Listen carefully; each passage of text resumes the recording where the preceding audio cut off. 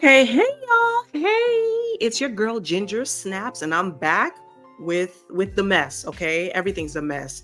Reality TV is a mess. My life is a mess. I was going to make a video commenting about um Monkey Gate with Erica. What's her name again? Man, it's just been a mess. I forgot her name. Erica from Love and Hip Hop and Spice and her calling her a monkey. Listen, everybody's in an uproar. I'm Caribbean, I'm Haitian. This isn't new, okay? Hispanics, not all, but some, just don't like darker skinned Caribbeans. They don't. They think the worst of us. So everyone is in an uproar. I am not shocked. I'm not fazed. I was just like, all right, cool. What's next? I live right next to an island that absolutely hates my country. All because of what? Because we actually identify with our African roots. So Erica Mena, it was not a big deal. She's always been a hateful person. So that's one. But there's so much content out there that I figured, why do I even need to jump in? Because I'm really gonna go deep with it. With the whole colorism thing, I was gonna go deep, and I don't have the emotional bandwidth to go into that, especially being a Caribbean person and a darker skinned person. So whatever, let all the other people out there have at it. She's an asshole. However, Spice did say something that alluded to her parenting. I'm kind of on the fence too, because listen, I kind of identify with Erica in that once you come for me and you really come for me, oh, there's no holding back. Like, people have said to me that my mouth is lethal. I don't know what sign Erica is. I'm a Sag. My mouth is bad. Only when you come for me. I will not start it, but once you start with me, I'm saying anything I can. But I do believe Erica did think that about her. I think she had mentioned it before to Safari in the background or whatever. It was just all just Caribbean, Hispanic, Latino colorism. I don't care. What's next? Anyways. And also, Bethany is single-handedly bringing down Bravo. I am an avid Housewives of New York fan, like a watcher. I can watch Housewives of New York over and over again. I think once in a while when I'm feeling, some type of way and there's nothing to watch, I will go back and watch all of the old episodes, the old seasons of Housewives. And Bethany was always my favorite. Bethany, again, her in that mouth. And I wanted to go into a deep dive about her too, which I have to put together. My life has been just a whirlwind, and now it's coming back to normal. School is back in session. I never would have made it without God throughout this summer. I'm just so glad. God is good, y'all. God is good. So let's just give him a praise. God is good.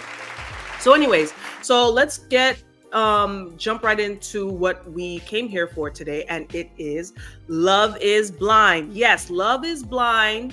The season 4. The rest of the after the altar episodes. So after the past seasons, after the reunion is aired, they'll wait a few months, let things kind of die down, and then they'll do like 3 additional episodes after the altar.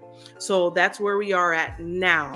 So let's just jump right into it. Right now, I am going to recap episode what are we? Episode 14, after the altar. So they did 3 episodes. Episode 14 is the first of the 3. It's episode 14, 15, 16. All right. So let's get into it. So we have, let me get my notes out. We have, all right, Brett and Tiffany. Okay. Brett and Tiffany. They are representing Black Love Hard. And, after the whole fiasco with the reunion and Jessica, what's her name? Nick Lachey and Jessica. Is it Jessica? I'm drawing a blank. Jessica Lachey? No, Vanessa. Sorry, Vanessa Lachey. Y'all know her as Vanessa Lachey. I know her as Vanessa Manillo. All my 80s kids, if you know, you know. So with the whole fiasco with that, I think I signed a petition to get them off of Netflix because the reunion was just trash. It was horrible, and many people have echoed my sentiments. So I'm just happy that's over and done with. Season 5 is coming up in mid-September, and I really hope that they really listen to the fans and make a change with the hosting. And I really think Jessie Wu, I listen to her a lot. I think Jessie Wu should be the host, but it's already been taped. Who knows? Maybe they'll consider someone like Jessie Wu for the reunion, or even like a Tamar Braxton or something. Anywho, so we have Brett and Tiffany. They are visiting the Space Needle. I've always wanted to go to the Space Needle in Seattle. Seattle seems like it has a lot of points of interests, a lot of tourism. But my thing with Seattle, why I'm not like itching to go there, is because of the rain. I can't stand dreary weather, which is why I haven't been to London either. I can't take it. The dreariness, I don't do well. And I'm also a human barometer where when it rains, I get a freaking migraine. I get body aches. So that's the only thing I think that's keeping me from visiting Seattle. So Brett and Tiffany are at the Space Needle. And they look like they are still happy together. Still representing that Black love, and I'm loving Tiffany's outfit. Tiffany is very well put together, and she's rocking a YSL bag. I think she had a YSL bag. Everybody I noticed, or a lot of people in this episode, had YSL bags. I used to love that clutch, but now I'm seeing that it's accessible. I don't care for it anymore. So it looks like the Browns, Brett and Tiff Brown, they left Seattle and now they live in Portland, Oregon, which I didn't know there was Black people like that in Oregon, but apparently there they are. And, you know, the way, can I just say, the way that Brett dotes on Tiff, Brett Brett embodies what happens to a woman who feels like she is well taken care of, to a woman who feels truly loved. You know, when Tiffany, and she's all smiles, Tiffany said, I'm in my soft girl era. And you know, that's the thing now, right? The whole soft girl era thing. And Tiffany, you can tell she's exuding soft girl energy. And us as women, especially even as Black women, you know, we long for that. I've practically given up on any type of soft girl era because of the nature of my life. I got these kids. I work hard. I am busting my ass to work 2 jobs with an ex who refuses to help me out at all. So I just can't partake in that. Maybe God willing, one day I can, but right now I don't see an opportunity for me to ever be in my soft woman era. But some girls are lucky. Tiff lucked out. Tiff really lucked out with Brett. And I hope it's not for show. I really hope this is all for real, and more on that later. So yeah, so Tiffany is just gushing. She's in love. She is just living it up with Brett. And you know, so they go to the Space Needle and they're talking about their relationship. It's just gushing. Okay, it is what it is. They're in love. They're still in love a year later. So now we have Zach and Bliss, who are still in bliss. They're still lovey-dovey. They're still corny, but they're the right kind of corny for each other. You know, they just don't see anyone else when they are with together. And it's so cute.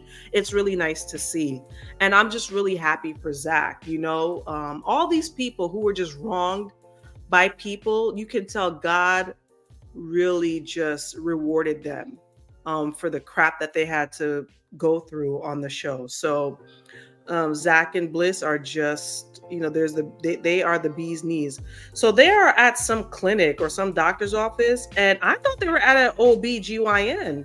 So I'm like, okay, they're looking into some fertility treatment, or she's about to get an ultrasound. I don't know. But no, alas, it's Zach's allergies. Zach is allergic to Bliss's fur babies. So he has to get shots, I guess, so that she can have them be around Zach. So she has a cat and a dog, and apparently Zach was allergic to them. So she had to send them away to go live with her family. And that's sacrifice. He's willing to go through medical treatment just so she can have her fur babies. That's true love right there. So I'm glad for them. Again, lovey-dovey. Okay, next, let's move on. So we go to Chelsea and Kwame. Okay. As I was watching this episode, y'all, I really feel like Chelsea sleeps with one eye open, and that eye is staring at Kwame. I don't know what it is. They're still in love, but Chelsea, you could tell she's in love. Kwame, I just can't read him. He always has this nervous demeanor, this nervous aura, like he's hiding something. I don't know what it is, but she's like, I love you, yeah, and he's like, like nervous laughing, just his countenance, something about this all. But he knows when it's his time to speak. Like I said previously, he's an excellent orator, and he knows what to say and how to say it. He's very corporate in his expression. Maybe sometimes, maybe he's one of those people that just don't know how to express their true feelings. So they hide behind the guise of corporate talk to get their feelings across. I feel like that's what it is. Either that, or he's hiding a whole other family in Ghana. But anyways,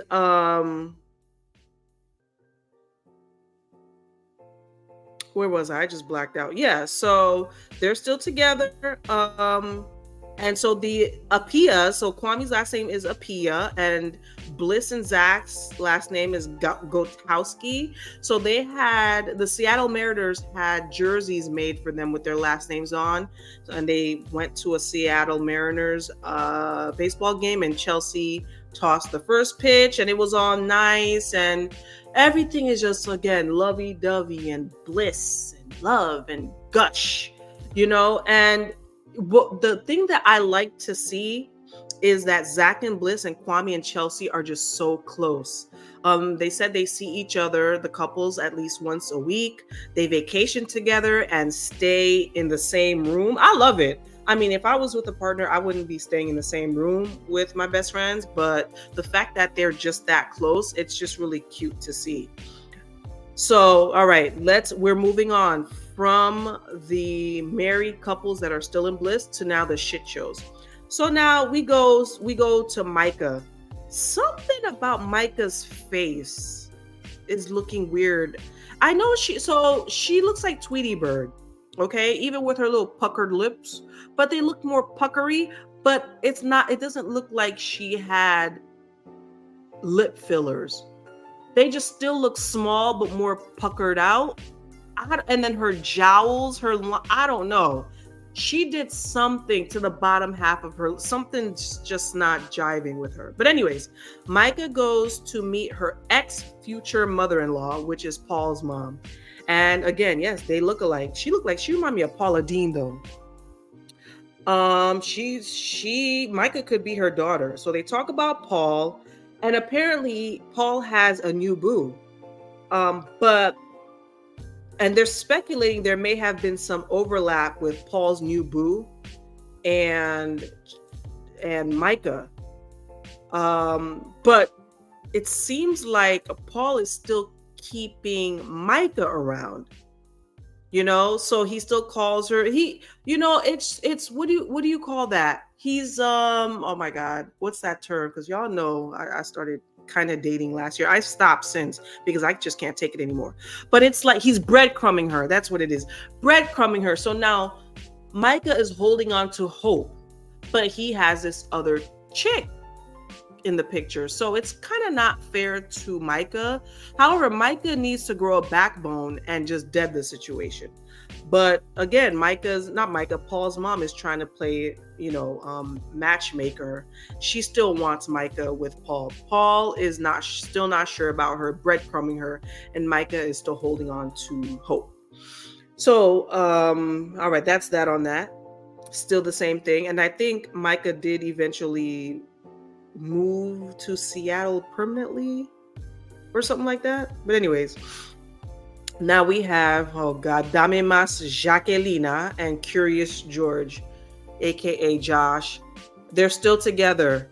Their relationship it's like a goofy, merry-go-round, silly, corny relationship. It's basically their relationship is him like getting snarky with her and her just becoming speechless. And she did say that she likes that. It's very awkward. He'll throw jabs and she's speechless. And that is toxic. Like, for her to be attracted to that, his jabs, and she doesn't know what to say back. Like, she wants someone who she can verbally spar with, but she's not good at verbal sparring. And so he also like threw something at her, joking around, but I didn't like that. Again, corny. And with my reflexes, I would have right in his mouth. I can't.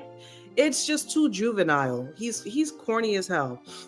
So anyways, so now we go next scene. Paul and Paula Deen are cooking. They're cooking in the kitchen in some crock pot. They're making gumbo. So first I was like, wait, what the hell do they know about gumbo? But then I remembered, I think Paul's from Louisiana, right? So are they Cajun? Because I thought it was a Black and Creoles and Cajuns that made gumbo. I'm not sure. But anyways. So that's cute. Mother and son cooking. The only thing I did not like about this scene is I think Paula Deen hunched over the pot to see how the cooking was going and him stirring. Her whole hair was hanging over the pot. Listen, y'all, I don't know about y'all. This is why you can't eat at everybody's house. You do not, with your hair down, peer over the stove. Never, ever. When I cook, I got a bonnet on or my hair is pulled back. Okay? So they're going to find a long piece of blonde strand of hair in that gumbo. Gross. She peered right over it. If you didn't see that, go back and look. With her blonde hair just hanging over. A mess. So anyways, Paul, again, is still monotonous, still unsure, still ambivalent about his feelings, still seems torn. And he's just very cerebral, as with the whole situation with Micah, it seems. He has a new girlfriend, she's cute. That's what he says, but he's never gushing. And I know he's a scientist. He's, very stoic, but Paul is too stoic for my liking. That dude's an undercover player. He's out here knocking these bitches down. So I just don't buy the whole, I don't know. He's just not ready to settle down, and it's fine. Play the field, but just don't act like, you're ready to settle down. It's just, it all seems, he's just all in his head about everything. Again, very calculated. All right. So all the married couples meet together for their 1-year anniversary. You know what I thought? I feel like Brett and Tiff are like the more popular ones. They're like the king and queen. And I feel like Chelsea and Kwame are the Duke and Duchess of this whole situation. And I feel like Zach and Bliss are the Earls. And then you got Marshall, who's a court jester. And then everyone else are the peasants. I don't know. It just feels like that. That's why I feel like they're just on their best behavior, all the married couples. So they all meet for their 1-year anniversary dinner. Chelsea looks fantastic. Again in pink. Bliss looks like she's wearing like a satin red prom dress. Bliss. I wish Bliss would dressed like Tiffany. She would look better. Bliss just, I don't know, just something just ain't quite right with her fashions. Like Luther's curl, Luther Vandross's curl. Remember that joke? Curl ain't, Jerry curl ain't quite right. It's just, I don't know, something about Bliss. But Tiff and Chelsea look good. So Tiffany looks good. She looked like she about to hit the club in a freakum dress, but she looks nice. And they're just, again, gushing, more gushing, talking about being married for a year. Gush, gush, gush fest. Okay. They all seem like they're perfect. And again, it just seems like, do they really feel like they have to be on their best behavior because of all of the deals they're getting and because of the fans' support? You know, they're to me, they're kind of like Lauren and Cameron Hamilton. You know, I think they were season 1 or season 2 of Love is Blind. You never hear any drama with them. Never, ever at all. It's like still in love, you know, and everyone just seems just so happy and so in love, so lovey-dovey. And I wonder, are they really in the house fucking each other up, you know? But for the cameras, they're all, yeah. I don't know, because I've been through it and I know it. Listen, it ain't perfect. But the one thing everyone has in common is ain't no kids. That's the thing. So we'll see. We'll see. So Kwame again still looks like he's unsure. He has a poker face. I just cannot read him to save my life. Where are we? Damn, I lost my place. Zach. Oh yeah, Zach is gushing. He's constantly singing, of course. Harina, I just met a girl named Harina. They said he'd be singing for 1 to 2 hours straight. I think that's grounds for divorce right there. Zach, knock it off. But I think he's just so happy. I'm happy for Zach though, because of what he's been through. Again, this goes back to God sees everything that we go through. And you can be rest assured that he will shine his light on you. You will be rewarded for everything in life you've been through. Everyone who's done things to slight you, I believe God takes notes. And as long as as long as you behave in a gracious manner, in a godly manner, God will have grace on you and bless you beyond your wildest dreams. And I feel like he's done that for Zach. I think he's done that for Chelsea too in this whole situation. So I'm happy for Zach and for Bliss, even though I get on them. So, Tiff and Brett went to Cartagena, which I actually was looking up plane tickets. I wanted to go to Cartagena next month for my birthday, but I opted for Bahamas instead. But I heard Cartagena is safe and it's indeed beautiful.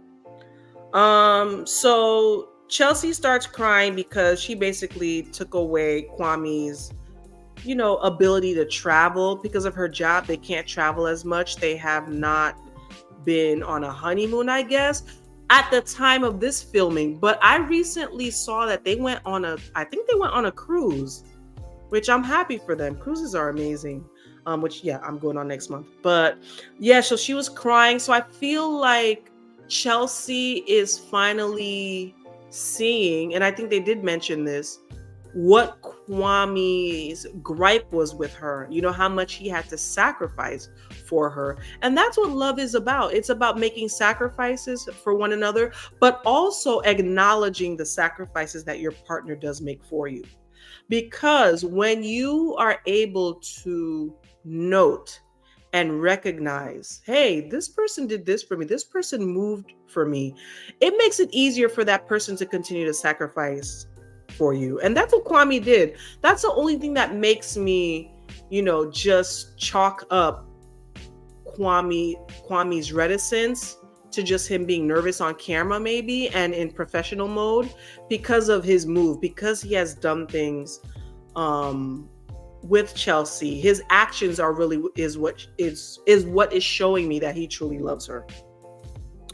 So yeah, so they're still talking and gushing, and then so now Zach brings up that they want to have like a flag football tournament with, the upper class, the married couples of the bunch, and also the rest of the lesser cast or supporting cast, I should say. So yeah, they're gonna set up flag football. So who knows? I did watch. I'm gonna do it in another video, and it's interesting. I feel like everyone wants to put to bed all the issues. It'll be an icebreaker for the group. Um, I just feel like they're at a place right now. And of course, production told them to do this, to come up with this. So I think it is a good idea. And I think it was a pretty good game, but I'll recap it in the next videos. So that is it for Love is Blind season 4. Episode, what is this? Episode 14, After the Altar. Let me know what you guys thought of this. Was it a good return, or was it a good After the Altar, basically? What do you feel about the gushing? It's a lot of gushing. It's just syrupy. Just like, come on, guys, be real. No one's talking about any arguments, any disagreements, what's tough. It's just, yeah, I met the person that I love. I'm like, come on, y'all. Give me more. Give me more. I want to see y'all cussing each other out. The only real thing we saw was kind of with Jacquelina and Curious George, I guess. I don't know. But until next time, guys, peace out.